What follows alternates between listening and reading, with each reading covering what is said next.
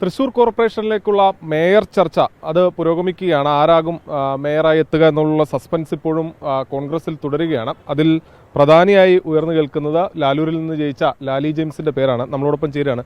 എന്തായാലും ചേച്ചി 1500-ലധികം വോട്ടിന്റെ ഭൂരിപക്ഷത്തിൽ ജയിച്ചു. മേയറാകോ? അത് പാർട്ടി തീരുമാനമാണല്ലോ. എന്നെ സംബന്ധിച്ചിടത്തോളം ഞാൻ പാർട്ടിക്ക് വേണ്ടി സേവനം ചെയ്യുക, പാർട്ടിക്ക് വേണ്ടി ജീവൻ കൊടുക്കുക എന്നുള്ള ഒരു വലിയ തീരുമാനമുള്ളൊരു വ്യക്തി തന്നെയാണ്. അപ്പോൾ അതിൻ്റെ വെളിച്ചത്തിൽ പാർട്ടി എനിക്ക് 4 തവണ സീറ്റ് തന്നു. 4 തവണയും നല്ല മികച്ച ഭൂരിപക്ഷത്തോടുകൂടി വിജയിക്കാൻ കഴിഞ്ഞു. 2 തവണ സ്റ്റാൻഡിംഗ് കമ്മിറ്റി ചെയർപേഴ്സണായിരുന്നു. നീണ്ട 10 വർഷം പ്രതിപക്ഷത്തിരുന്നു കൊണ്ട് LDFിൻ്റെ ദുർഭരണത്തിനെതിരെ, അനാസ്ഥയ്ക്കെതിരെ, അഴിമതിക്കെതിരെ ശക്തമായിട്ടുള്ള സമര പോരാട്ടങ്ങളുമായി ഞാൻ നിറഞ്ഞു നിന്നിരുന്നു എന്നുള്ളത് ജനസമൂഹത്തിനറിയാം. പാർട്ടി അങ്ങനെ ഒരു ഉത്തരവാദിത്തം ഏൽപ്പിച്ചാൽ ഏറ്റെടുക്കും. തീർച്ചയായിട്ടും പാർട്ടി ഏൽപ്പിച്ചാൽ ഏറ്റെടുക്കും. ഒത്തിരി കാര്യങ്ങൾ നമുക്ക് ചെയ്യാനുണ്ട്. അതൊക്കെ പാർട്ടിയോട് ചേർന്ന് നിന്നുകൊണ്ട്, ജനങ്ങളോട് ചേർന്ന് നിന്നുകൊണ്ട് അത്തരം കാര്യങ്ങളൊക്കെ ചുമതല ഏറ്റെടുക്കും. LDFിൻ്റെ ഒരു കോട്ടയായിരുന്നു ഒരു ലാലൂർ, പ്രത്യേകിച്ച് ഈ ഡിവിഷൻ വിഭജനം എല്ലാം വന്നതിന് ശേഷം. അത് ഒരു അട്ടിമറിയാണ് അവിടെ ഉണ്ടാക്കിയത്. തീർച്ചയായിട്ടും അവർ ഈ LDFിൻ്റെ ഏറ്റവും പ്രതീക്ഷയുള്ള സീറ്റുകളിലൊന്നായിരുന്നു ലാലൂര്. IM വിജയൻ്റെ പേരിലുള്ള സ്റ്റേഡിയം കൊണ്ടുവരികയും ഒപ്പം തന്നെ വാർഡ് വിഭജനത്തിൽ അവർക്ക് അനുകൂല നിലപാടുണ്ടാക്കുന്ന രീതിയിലുള്ള വിഭജനമാണ് നടത്തിയിട്ടുള്ളത്. അപ്പോൾ വളരെ പ്രതീക്ഷയോട് കൂടിയിട്ടാണ് LDFിൻ്റെ മേയർ സ്ഥാനാർത്ഥി അവിടെ ഉണ്ടായിരുന്നത്. അവരൊരു സാംസ്കാരിക നേതാവായിരുന്നു, എഴുത്തുകാരിയായിരുന്നു എന്ന് പറയപ്പെടുന്നു. എന്നെ സംബന്ധിച്ചിടത്തോളം ഞാനൊരു സാധാരണക്കാർക്ക് വേണ്ടി പ്രവർത്തിക്കുന്ന ഒരു വ്യക്തിയാണ്.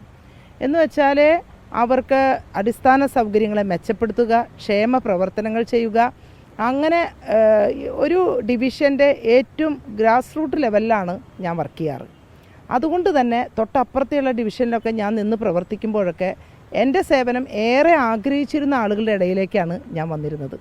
അതുകൊണ്ട് തന്നെ ആ വന്നിറങ്ങിയ നിമിഷം മുതൽ ആ ബൂത്തിൽ വോട്ട് എണ്ണുന്നത് വരെയുള്ളത് എനിക്ക് അനുകൂല നിലപാടായിരുന്നു. പറയുകയാണെങ്കിൽ കഴിഞ്ഞ കുറേ സമരങ്ങൾ നമ്മൾ ഈ അവസാന കാലയളവിൽ കണ്ടു, പ്രത്യേകിച്ച് റോഡിലെ കുഴിയിലൊക്കെ വീണ് ആ സമരത്തിലൊക്കെ ഒന്നും നോക്കാതെ സമരരംഗത്തുണ്ടായിരുന്നു. തീർച്ചയായിട്ടും എനിക്ക് ആ 2-3 മരണങ്ങളാണ് ആ റോഡിൻ്റെ കുഴിയിൽ വീണുണ്ടായത്. അപ്പോൾ അവിടെയൊക്കെ നമുക്ക് അമ്മമാരുടെ സങ്കടങ്ങൾ, വേദനകൾ, കുടുംബത്തിൽ നിന്ന് ഒരാൾ നഷ്ടപ്പെടുന്നത് ഒരു രോഗം മൂലമല്ല, മറിച്ച് നമ്മുടെ ഭരണത്തിൻ്റെ അനാസ്ഥ കൊണ്ട് കുഴികളിൽ വീണ് ആളുകൾ മരിക്കുക എന്ന് പറഞ്ഞപ്പോൾ നമുക്ക് സഹിക്കാൻ പറ്റാത്ത ഒരു വേദനയുണ്ടായിരുന്നു. അന്ന് എൻ്റെ മനസ്സിലൊക്കെ വലിയൊരു തീരുമാനമാണ്, നമുക്കൊക്കെ ഒരു അവസരം കിട്ടിയാൽ ഒരു മൊബൈൽ യൂണിറ്റ്, നമുക്ക് എവിടെയൊക്കെ റോഡുകളുടെ പാച്ചുണ്ടോ അപ്പോൾ ചെയ്തു പോകുന്ന സംവിധാനങ്ങൾ നമുക്ക് ജനങ്ങൾക്ക് കൊടുക്കാൻ പറ്റുന്ന സർവ്വ സുരക്ഷയും കൊടുത്തുകൊണ്ട് വേണം മുന്നോട്ട് നീങ്ങാൻ എന്നുള്ളത്. വലിയ തോൽവിയാണ് LDFിന് ഉണ്ടായിരിക്കുന്നത്. ഏത് സാഹചര്യത്തിലാണെന്നുള്ളതാണോ കണക്കൂട്ട്? അത് ജനങ്ങൾ പൊറുതി മുട്ടി നിൽക്കുന്നൊരു സാഹചര്യം തന്നെയാണ്.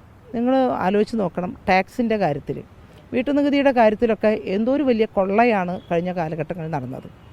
അതോടൊപ്പം തന്നെ എന്തൊക്കെ വികസനം കൊണ്ടുവന്നു എന്ന് പറഞ്ഞാൽ, ഉദാഹരണത്തിന് നമ്മുടെ ഇപ്പോൾ പ്ലോട്ടിംഗ് സംവിധാനം പീച്ചിയിൽ നിന്ന് കുടിവെള്ളം ലഭ്യമാക്കുന്നതിന് കോടിക്കണക്കിന് രൂപയാണ് ചെലവഴിച്ചത്.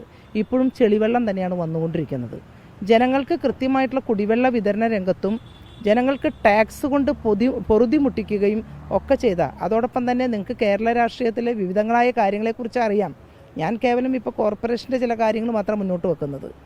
ഇപ്പോൾ നമുക്ക് പല കാര്യങ്ങളിലും LDF ജനങ്ങളെ ദ്രോഹിക്കുകയാണ് ചെയ്തിട്ടുള്ളത്.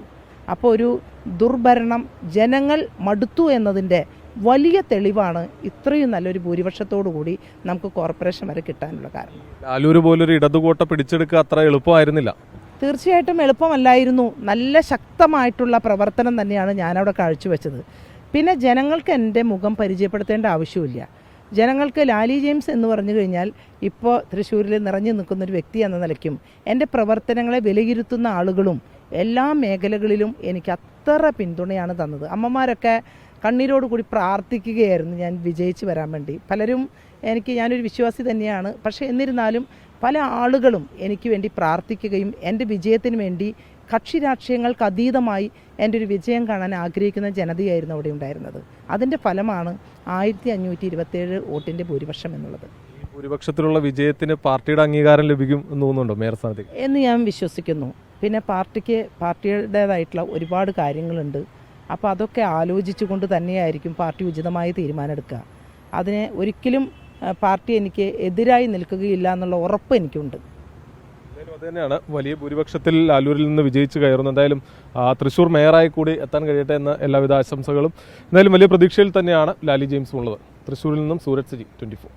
ലോകത്തെവിടെയായാലും ഏത് സമയത്തും 24 വാർത്തകളും ഓഗ്മെന്റഡ് റിയാലിറ്റി പാക്കേജുകളും എക്സ്പ്ലെയിനറുകളും വിശദമായി കാണാൻ ഞങ്ങളുടെ യൂട്യൂബ് ചാനൽ നിങ്ങൾക്ക് സബ്സ്ക്രൈബ് ചെയ്യാം.